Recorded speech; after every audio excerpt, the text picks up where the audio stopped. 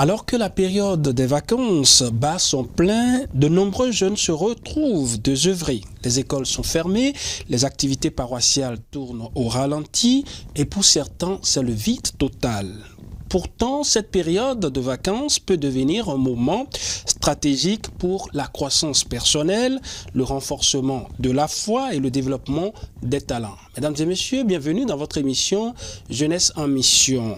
Comment occuper intelligemment les jeunes pendant les vacances? Comment éviter l'ennui, les mauvaises influences et les dérives, tout en cultivant le sens de la responsabilité, de la créativité et de la foi? Pour en parler aujourd'hui, nous avons le plaisir de recevoir sur ce plateau Mesdames Omikesan et Somako, éducatrices passionnées et engagées dans l'accompagnement des jeunes.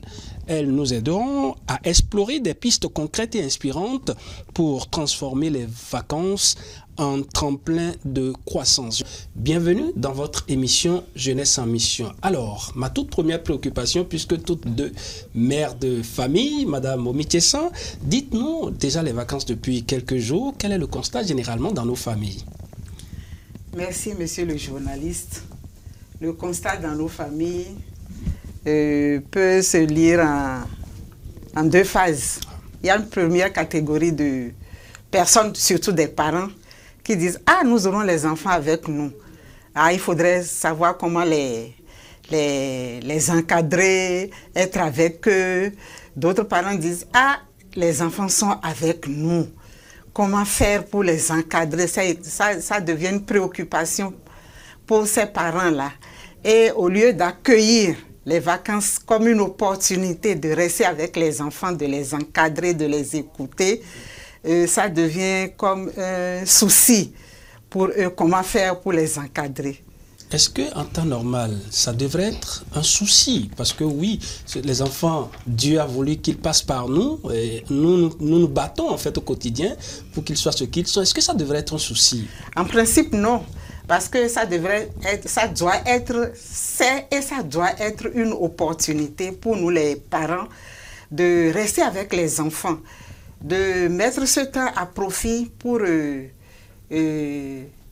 exercer notre mission, pour accomplir notre mission de parents, d'éducateurs, d'encadreurs, de guides auprès de nos enfants, qu'ils soient petits ou bien qu'ils soient un peu plus âgés, ce que nous appelons aujourd'hui les jeunes. Ça doit être une opportunité pour nous à saisir. Alors, Madame Omikesan, merci pour ces précisions. Madame Somako, je suis avec vous. Pourquoi en temps normal cette période de pause scolaire est paroissiale? Parce que oui, la catéchèse est en pause et en congé ou en vacances si vous voulez, mais les activités paroissiales se déroulent normalement au niveau des groupements d'enfants et de jeunes, au niveau donc de nos paroisses. Mais pourquoi cette période peut-elle devenir un moment à risque pour nos enfants? Merci, monsieur le journaliste. Cette période des vacances peut être une période de risque pour nos jeunes s'ils n'arrivent pas à profiter pleinement de cette période. Comment? S'ils pensent que la cessation des activités scolaires est déjà une cessation totale d'activités où il faut faire ce qu'ils veulent, ça ne pourra pas aller. Et les parents aussi doivent profiter de cette période pour les prendre en charge, pour les surveiller, pour leur donner des conseils, pour les orienter, afin que ces jeunes n'aillent pas à la dérive. Le constat est dans nos foyers, dans nos familles. Madame Omikesan l'a rappelé tantôt, les parents n'ont pas du tout le temps. On est toujours parti tôt le matin, déjà à 6 heures, pour ce que je sais. D'autres déjà à 5 heures sont en route, parce qu'on estime qu'on va chercher de l'argent pour éduquer, prendre soin des enfants, et on ne rentre que tard le soir, après 20 heures, 21 heures pour d'autres, 22 heures pour certains, parfois pratiquement absents. Mais comment, dans ces conditions, on peut justement arriver à suivre les enfants, à discuter avec eux? Cette période doit être un moment de sacrifice pour les parents. Ils doivent profiter pour donner des conseils, rester avec les enfants et se créer des activités de promenade, de visite dans la famille, etc., etc., pour rester avec les enfants. Sinon, ce ne serait pas bien. Madame Omikesan, quelle activité concrète peut-on recommander aux jeunes pendant ces périodes de vacances que les parents peuvent accompagner en fait? Tout d'abord, il faudrait que les parents soit à l'écoute de ces jeunes-là, que les parents puissent découvrir quelles sont les passions de ces jeunes et les accompagner dans leurs passions. Ça va être du cas par cas. Par exemple, j'ai mon enfant qui a la passion de la peinture, par exemple. Je ne vais pas l'obliger à aller à la couture. Je vais l'accompagner dans la peinture. Lui trouver des ateliers où il peut aller s'exercer à la peinture. L'autre, c'est peut-être la couture. Je ne vais pas lui imposer d'aller à la cuisine, mais je vais l'orienter et lui conseiller à ma fille ou bien à mon garçon, parce que le garçon ou la fille, c'est pareil aujourd'hui, à aller faire un apprentissage chez un tailleur, chez une couturière, pour commencer à s'exercer. Il ou elle peut commencer pendant ses vacances et continuer pendant les autres vacances. Là, déjà, il va s'exercer à sa passion. Il va s'exercer aussi à se former à la vie professionnelle, parce que il peut être intellectuellement bien formé, mais professionnellement, il peut avoir des difficultés à suivre des filières qui ne sont pas, dans lesquelles il ne peut pas être épanoui, mais en faisant sa couture, il peut être épanoui, il ou elle peut être épanoui et gagner honnêtement et dignement sa vie. Ça, c'est des années plus tard de formation. Mais il y a quand même le revers. Oui, nous sommes en plein 21e siècle. Aujourd'hui, pratiquement, nous avons nos téléphones portables à la maison, ce qui ne motive plus un jeune ou une jeune fille à aller s'inscrire pour les formations dont vous parlez, qui plus tard peut les servir afin qu'il soit dans la société un homme tout fait. Oui, ça, bon, nous sommes à l'heure du numérique. Nous sommes à l'heure du numérique. Avec le portable, les iPhones, les iPads, on peut faire beaucoup de choses. On peut apprendre beaucoup de choses. Donc, permettre à ces enfants de se servir de ces instruments pour se former. Mais avec un œil vigilant. Les suivre. Parce que le garçon ou la fille peut être sur son téléphone en train de faire autre chose, en train de se laisser aller à des activités pas saines. Il faudrait que le parent puisse suivre ça et détecter déjà l'orientation que l'enfant est en train de prendre. Et ça, c'est une grande responsabilité pour les parents. Et c'est pour cela que les parents doivent se donner le temps d'être avec les enfants. Tout à l'heure, vous avez dit, on sort à 14, on sort déjà à 6 heures du matin, à 6 heures du matin, on revient à 22 heures. Mais il faudrait qu'on puisse s'imposer de trouver du temps à consacrer aux enfants. Parce que les enfants ont besoin de nous. Ils ont besoin de nous. Et notre absence les marque. Et certaines fois, ils savent bien nous marquer le coup. Moi, j'ai fait l'expérience avec un de mes enfants. J'étais tout le temps, pendant ma vie active, en mission. Je suis revenue de mission une fois, mais mon garçon, il était sur la terrasse en train de jouer au ballon. Pour employer leur expression, il ne m'a même pas calculé. Il ne m'a même pas calculé. C'était pour me dire, mais tu es tout le temps parti. Tu ne t'intéresses pas à moi. Moi aussi, je ne m'intéresse pas à toi. Et j'ai vite capté la leçon. En quoi faisant? En lui consacrant du temps. En m'imposant de leur consacrer le dimanche. Je dis le dimanche, c'est pour mes enfants. Ce n'est pas pour les invitations, ce n'est pas pour ci, ce n'est pas pour ça. Après l'église, c'est mes enfants les dimanches. Alors, Madame Somako, justement, par rapport à cette expérience personnelle vécue et partagée avec nous par Madame Omitiesan, est-ce que tous les parents peuvent avoir quand même ce réflexe de capter ces gestes des enfants? Normalement, oui, monsieur le journaliste. Parce que si un parent n'est pas prêt à observer ces petits gestes de ses enfants, c'est comme si le parent est en train de démissionner.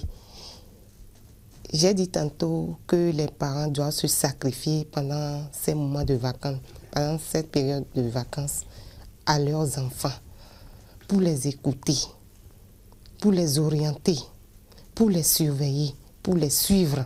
Sinon, on a peur, surtout les jeunes de ce... Enfin nos jeunes d'aujourd'hui, la jeune génération. Oui, la génération d'aujourd'hui, s'il n'y a pas ça, vraiment, et ça peut les amener loin. Mais vous parlez d'amener ces jeunes-là loin. Tout à l'heure, on abordait la question des téléphones portables qui sont aujourd'hui à la portée de tous les enfants. Les familles, les parents même vont débourser de l'argent, suffisamment d'argent pour leur prendre les téléphones intelligents de dernière génération. Est-ce que c'est là le grand risque en fait? Est-ce que c'est dans ça que ces jeunes se retrouvent dans les dérives? Bien sûr. C'est vrai, les parents, il y a des parents, ce n'est pas tous les parents, parce que tous les parents n'ont pas les moyens. Ceux qui ont les moyens, effectivement, ils dépendent de l'argent pour acheter, pour faire plaisir à leurs enfants de ces outils. Mais il faut, comme l'a dit la présidente, il faut que ces parents, qu'ils arrivent à surveiller ces jeunes-là, à les orienter dans ce qu'ils font avec ces téléphones portables. Sinon, ils vont les utiliser, mais en faisant autre chose que ce qu'eux, ils veulent qu'ils fassent. Madame Omichesson, dites-nous de votre position de mère. Période de vacances, c'est vrai, dans l'une de nos précédentes émissions, on a abordé la question des sorties. Les enfants sont tout le temps, peut-être, puisque c'est les vacances, les tirs par-ci, les sorties à la plage. On en a abordé dans nos précédentes émissions. Est-ce que les dérives ne viennent pas aussi de là, où les enfants ont la possibilité aussi de recevoir des invités à la maison, en absence des parents? C'est pour cela qu'il faut de la vigilance. Au niveau des parents, c'est vrai, il faudrait tout d'abord que l'enfant se sente en confiance, qu'on le mette en confiance. Qu'on le mette en confiance, qu'on ne soit pas gendarme derrière lui. Déjà, ne pas être gendarme derrière lui ouvre beaucoup de portes parce que là, il vous dit des choses auxquelles vous ne vous attendez même pas. Il vous fait des confidences auxquelles vous ne vous attendez pas. Et lui montrer qu'avoir des amis à la maison, c'est une bonne chose. Parce que nous sommes en société. On ne peut pas vivre seul. Il faut être ouvert. Faire venir, c'est même bien que l'enfant fasse venir ses amis à la maison. Mais il faudrait que le parent qui reçoit les enfants chez lui sache que les parents des autres enfants sont informés que ces enfants-là sont chez lui. Et qu'aussi qu'on crée les conditions pour des activités saines. Je dis bien activités saines. Parce que pendant les vacances, les jeunes se donnent des informations négatives, certaines fois négatives, qui ont des impacts négatifs sur leur avenir. Ah oui, tu sais, tu peux faire telle chose. Cas concret. J'ai un enfant qui a un ami. Et c'était de grands amis. Ils ont fait le premier cycle ensemble et le second cycle, ils ont commencé. Mais c'est que l'autre ami a commencé à fumer. Appelons les choses par leur nom. A commencé à fumer la drogue. Un jour, j'étais à la maison, dans ma chambre, je priais. Quand mon fils est venu me dire, maman, viens faire sortir, je ne donne pas le nom, viens faire sortir telle personne. Je dis, mais qu'est-ce qui se passe? On ne parle pas comme ça à un enfant, à son ami. Qu'est-ce qui s'est passé entre vous? Il dit, maman, je te dis de venir le voir. Je rentre dans sa chambre, je vois l'ami assis sur son lit. Je dis, mais qu'est-ce qui se passe? Qu'est-ce qui s'est passé? Mon fils dit à son ami, dis à maman ce que tu es en train de faire. Je dis, mais bon, toi aussi, qu'est-ce que tu es en train de faire? Et l'autre ne répondait pas. Et mon fils qui dit, maman, tu sais ce qu'il fait? Tu sais ce qu'il a osé faire dans ma chambre? Il s'est permis de venir fumer dans ma chambre. Ouais. J'ai eu peur.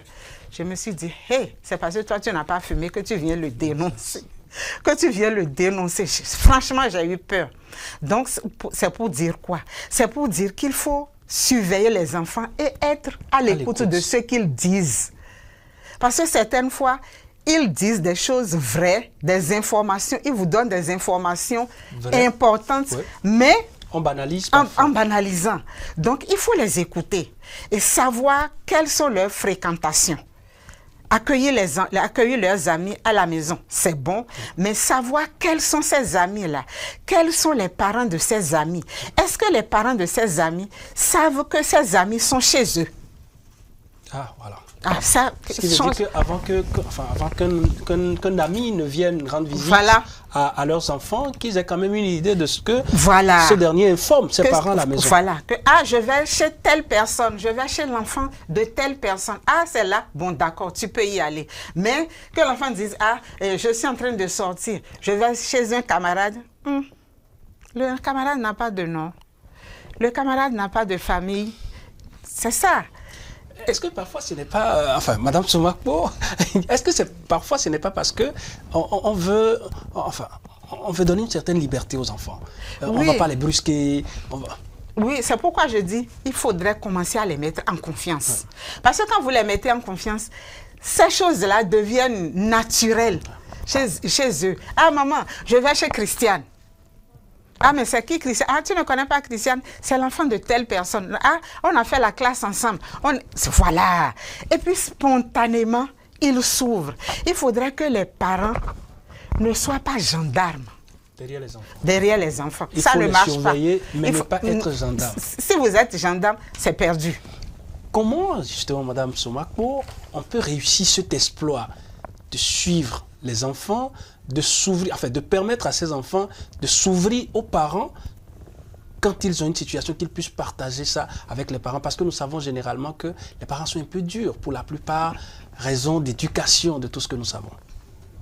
Oui, monsieur le journaliste, pour en arriver là, il faut que les parents, comme l'a dit la présidente, ne soient pas gendarmes derrière les enfants. Ils vont devenir leurs amis, en leur prodiguant de sages conseils. Il faut faire ceci, il faut faire ceci, il ne faut pas faire ceci. Ça dit tout faire pour que ton enfant devienne ton ami, ton premier ami, ta soeur même, ton confident. Et comme ça, je pense qu'il pourra te dire tout ce qu'il a dans son cœur. Vous êtes... Oui, vous avez quelque chose à ajouter? Oui, j'allais dire. C'est-à-dire faire de quoi? De petites réunions, de petites rencontres avec les enfants. Et là, vous apprenez beaucoup de choses. L'autre va, si tu dis pour moi, je vais dire pour toi aussi. Ouais. Et on a les informations. On fait semblant de ne pas comprendre. Mais on saute là-dessus pour dire, ah bon, s'il dit pour toi, tu vas dire pour lui. Dis-moi pour lui. Et une certaine confiance s'installe. Voilà, dans le jeu, dans le partage, dans la communication. Il faut beaucoup de communication avec les enfants, avec les jeunes. Parce que dehors, ils ont des oreilles qui les écoutent. Il faudrait qu'à la maison, il y a également une autre oreille qui dépasse l'oreille. Les oreilles qui les écoutent et qui les comprennent.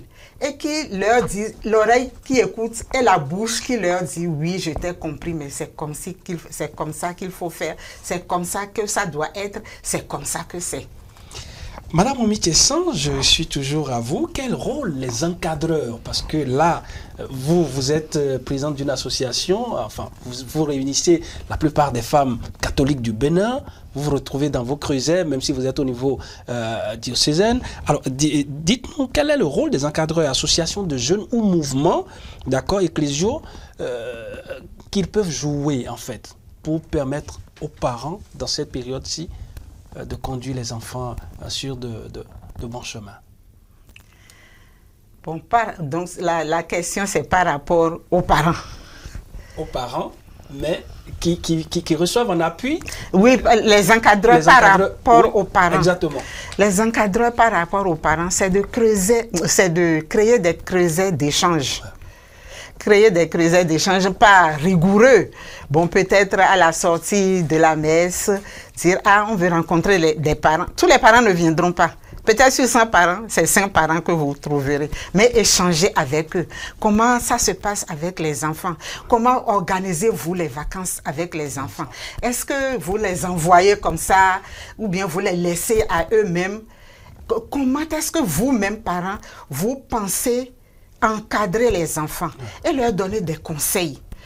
Leur donner quels conseils? Au fond, les meilleurs conseils, c'est de prêter l'oreille aux enfants et de leur montrer beaucoup d'affection.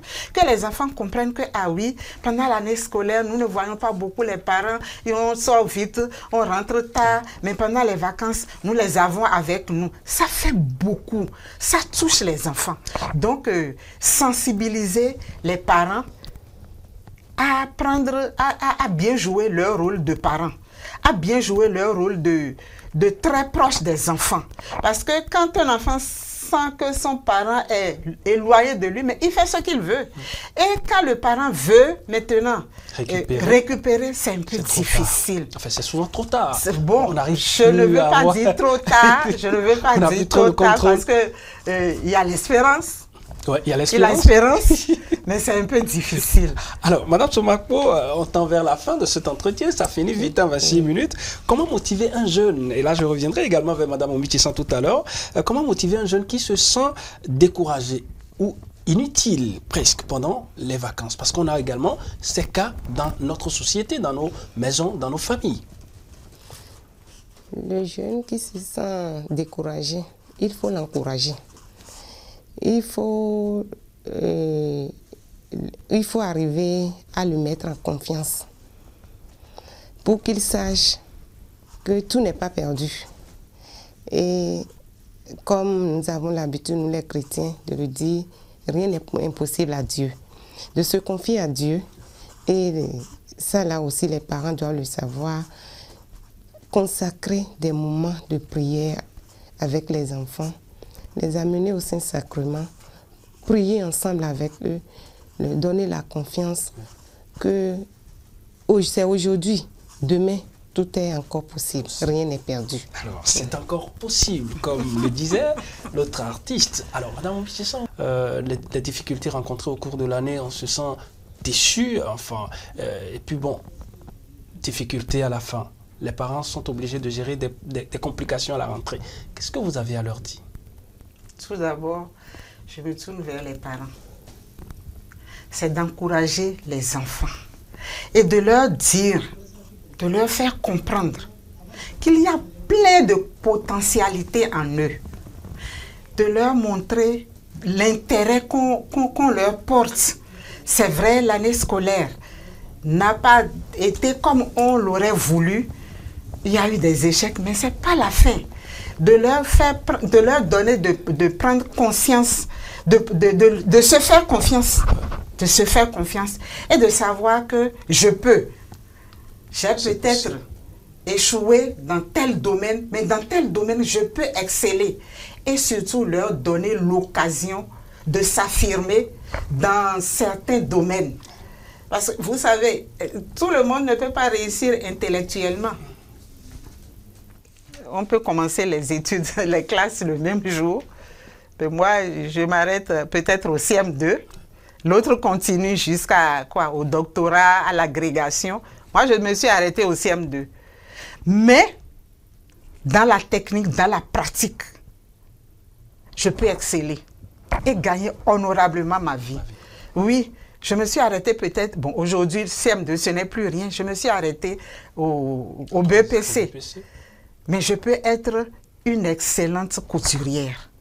Je ne sais pas pourquoi je parle de couture, parce que j'ai la passion pour la couture. Et mes parents m'ont aidé à faire la couture. Donc c'est pour ça que je parle de la couture. Oui, je peux exceller et réussir dans ce que je fais, m'épanouir dans ce que je fais, autant que celui qui a l'agrégation et qui enseigne à l'université. Donc, faire comprendre à l'enfant de ne pas aller au découragement. Le découragement, le désespoir, ce n'est pas la solution. Le découragement, c'est peut-être une faiblesse qu'il faut aider l'enfant à surmonter en lui faisant comprendre qu'il peut ailleurs, qu'il peut bien réussir ailleurs. Voilà, et l'accompagner. Et surtout, ne pas le décourager par nos paroles négatives. Ah, je peux parler fort? Allez-y, allez-y. C'est la réalité, en fait. Ces comparaisons détruisent plus que ne construisent. Donc, nous, parents, là, nos bouches, il faut savoir ce qui doit sortir de nos bouches. Et surtout, des paroles positives, des paroles qui encouragent. Voilà ce que les parents doivent faire. Et l'enfant qui est là, se laisse aller au découragement, qu'il ait confiance en ses parents. Qu'il ait confiance en ses parents. Parce que quand vous avez confiance en vos parents, là, vous avez déjà réussi à 50%. Voilà. Merci à vous, Madame Momi Thiessan. Je rappelle que vous êtes la présidente des femmes catholiques au niveau diocésain. Merci également à vous, Madame Félicienne Somakpo. Vous êtes la secrétaire générale au niveau donc, du diocèse, de l'archidiocèse de Cotonou, en ce qui concerne l'organisation des femmes catholiques du Bénin. Merci à vous d'avoir accepté notre invitation pour discuter de cette question qui concerne les jeunes en cette période de vacances. Comment les occuper intelligemment, comment éviter l'ennui à ces jeunes, les mauvaises influences. Vous en avez parlé, vous avez donné des exemples, des témoignages. Merci à vous pour ce temps passé ensemble. Je crois quand même que tout à l'heure, Mme Somakpo a abordé la question de la prière dans la famille. Notre prochain numéro sera consacré justement à ce point. Mesdames et messieurs, ce sera tout pour cette émission. Merci à toute l'équipe de réalisation. On se retrouve très prochainement pour un autre numéro de votre émission Jeunesse en Mission. Au revoir.